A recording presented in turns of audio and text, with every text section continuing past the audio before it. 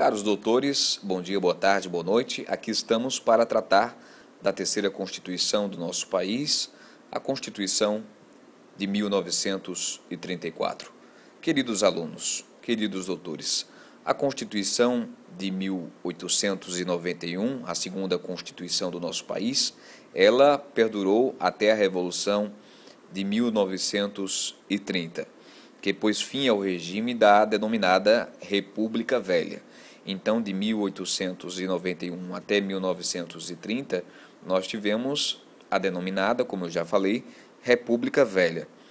Caros doutores, várias causas são apontadas para o fim da Constituição de 1891, a segunda Constituição do nosso país. Dentre essas causas, o esgotamento do modelo político até então vigente, que era representativo das velhas oligarquias rurais, também um rompimento da política do café com leite, sem falar também na questão do sistema eleitoral viciado, baseado em voto aberto, ou seja, os políticos da época sabiam em quem o eleitor tinha votado. E isso, caros amigos, caros doutores, dava, sem dúvidas, margem enfim, aqueles que eram vencidos não aceitarem o resultado das eleições e dando margem, inclusive, a muitas fraudes eleitorais na época. Em 1932, inclusive, nós tivemos instituída a Justiça Eleitoral. Daí, então, passou-se a termos eleições muito mais organizadas com a instituição da Justiça Eleitoral. Agora nós precisamos entender quais eram as características que permeavam a Constituição de 1934, repito, a terceira Constituição do nosso país e a segunda Constituição republicana. Caros amigos, a estrutura da Constituição de 1934 era bem parecida com a segunda Constituição do nosso país, Constituição essa de 1891.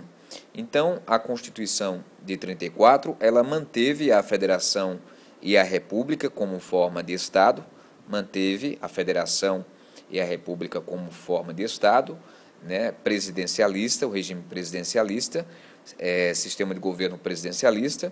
A Constituição também incorporou uma concepção de intervenção do Estado na ordem econômica e social, ou seja, o Estado passou a intervir na ordem econômica e social. Adotou também um modelo cooperativo de federalismo, acabando com a rígida repartição de competência.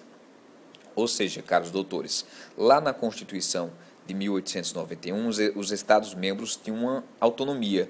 No entanto, não existia tanta cooperação dos Estados-membros daquela época com a União, com o governo federal. E na Constituição de 1934, a terceira Constituição do nosso país, a Constituição objeto desta aula, passou-se a existir essa cooperação. Manteve-se a tripartição dos poderes políticos, executivo, legislativo e judiciário, da mesma forma da Constituição de 1891. O poder legislativo era exercido pela Câmara dos Deputados com a mera colaboração do Senado Federal.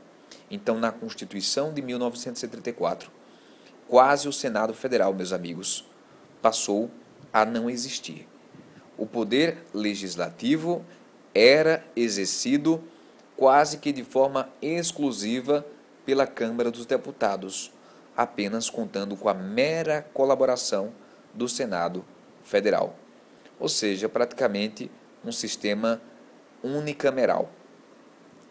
Caros doutores, é importante também a gente lembrar sobre a Constituição de 1934, que o Poder Judiciário era composto pela Corte Suprema e por 3 ramos: a Justiça Federal, a Militar e a Eleitoral, além das justiças estaduais.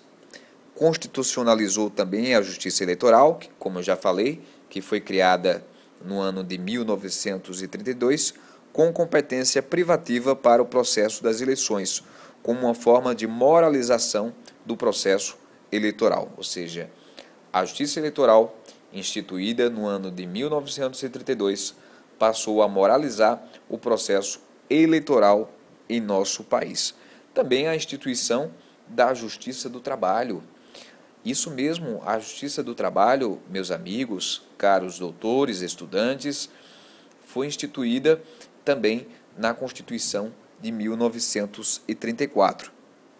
Incorporou também os direitos sociais, nova modalidade de direitos fundamentais, representando uma prestação positiva por parte do Estado.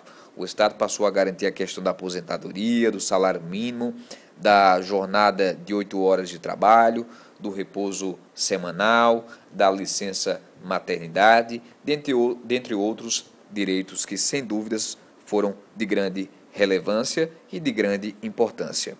Houve também, caros amigos, caros doutores, a ampliação dos direitos e garantias individuais, com a introdução do mandado de segurança e da ação popular no texto constitucional.